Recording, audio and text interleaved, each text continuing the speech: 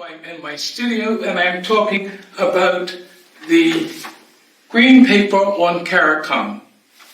That is the story of us, which I've talked about before.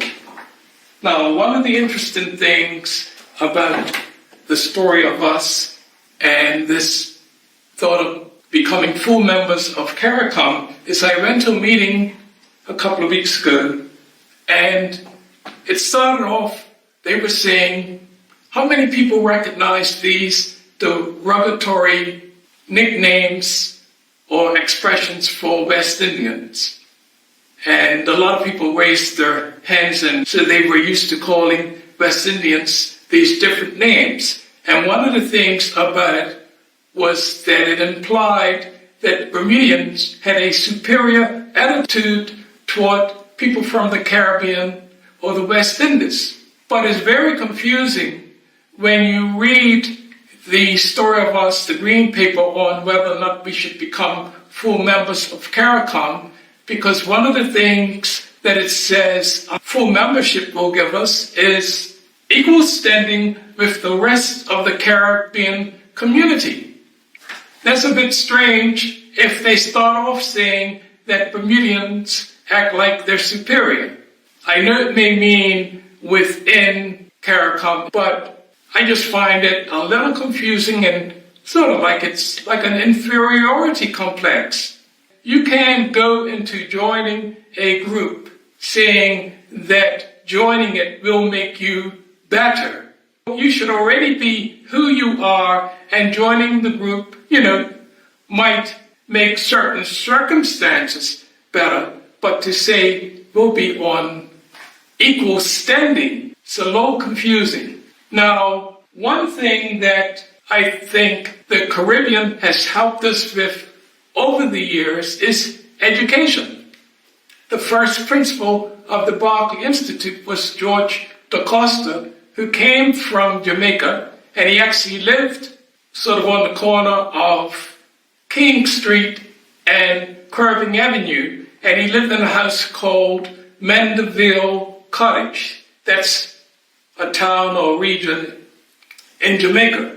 And there are many excellent teachers from the Caribbean in our school system. I had teachers that were from the Caribbean. In fact, I had a biology teacher once who gave me 100 lines saying I must always use a sharp pencil for my biology class, because for diagrams, all the lines have to be sharp, and I would always be drawing with my pencils, so they wouldn't have the point that you needed for a diagram, because I was drawing with them. And as you can see, I'm an artist, but I did pass biology. They're talking about going back to the old system. Instead of having primary school, middle school, and secondary school, they're talking about just having primary and secondary. And going to England, studying education, you heard talk about child-centered education.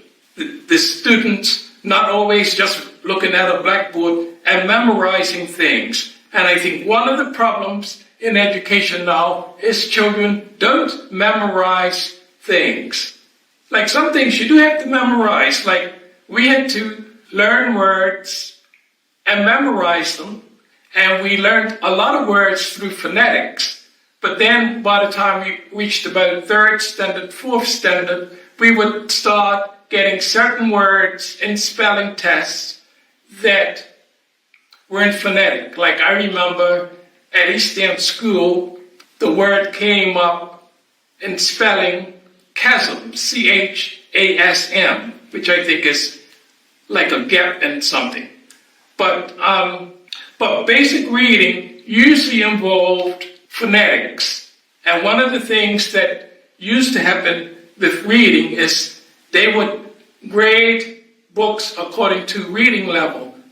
And I think they used to call it standard reading achievement. Because I went to Teachers College, and they always wanted to try to get as many people as possible to go into primary school teaching. I didn't go into primary school teaching mainly because when I went to primary school myself, I was what they call tongue-tied and didn't pronounce words properly. And I didn't want to feel responsible for children not learning to spell properly, not learning phonetics, because I wasn't speaking well enough. So you can judge for yourself what my talking's like. But when I do these videos, it's certain words I steer clear of because I know I'm going to fumble saying them. Like one word I think I used the other day was vulnerability. And you see how I struggle with that. So that's why I didn't become a primary school teacher, because I don't think I would be that good at teaching reading and spelling through phonetics. Now, most words I can say well, but it's a few that I struggle with. But there used to be books out. This was sort of like a Caribbean version of Lady Bird books. So they were called the Sunstart series. So the first book in that series was Lucky Dip, which kind of relates to going to fairs or bazaars where you dip into something. So children could relate to that. And one of the things that would happen with these books, at the end, it would give a list of the new words that were introduced and things like that. So these books were good for children learning to read. So that's something that used to be done that could still be done. Another book in that series was The Kite. So why don't we go back to learning phonetics, standard reading achievement, reading books like these that focus on the culture that Bermudian children would be involved in.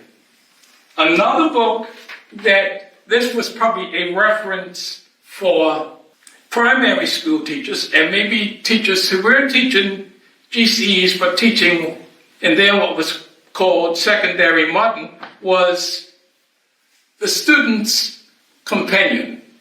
And in this book you would learn different proverbs and different expressions. Like on the proverbs, you have things like easier said than done. Eat to live, but do not live to eat. Employment brings enjoyment. And it's all sorts of things in here. Great minds think alike. Knowledge is power. And so, books like this, often when you were in the top classes of primary school, you would learn all these different proverbs, and then even when you went to secondary school, you would still be learning different proverbs and something here called figurative expressions. Something like above all, chiefly before everything else, above board, not open to question, honest, straightforward, beyond reproach. So one of the things about something like the green paper, it should be above board. That is, not open to question, honest, straightforward, and beyond reproach. And it's strange that there's all this emphasis put on joining Caricom, and when they came to this education reform, there were thousands of teachers. Anybody over 55 in Bermuda that was a teacher would have probably taught in the old system. And they knew how the system worked. And when it came to transforming and going back from 3 schools to 2 schools, primary and secondary, like, why do you need to go anywhere? You got all these teachers here that taught in that system, expert at it, and it's strange. We didn't go to the Caribbean, we went to New Zealand. And one of the things that I found connected Bermudians and West Indians, when I went back to art school, I had friends who were from the Caribbean, and one of the things we had in common was that we had what would probably be called a classical education, where we had learned about the Greek and the Romans. And so when we did something like art history, all that Greek mythology and a lot of things that were painted in art, we had learned about some of those things in school, because if you went to academic secondary school, often you would learn a lot about the classics. You know, you may have even learned Latin. And I remember even when I was in secondary school, we had a boy transfer into our class who had come from a West Indian island. And when it came to translating things about Hercules and all that stuff in Latin, he knew all about it. So that's just interesting thought on some things about Caricom. That's all I'm going to say today. Thanks for listening. Bye. Bermuda Live on YouTube. Subscribe now.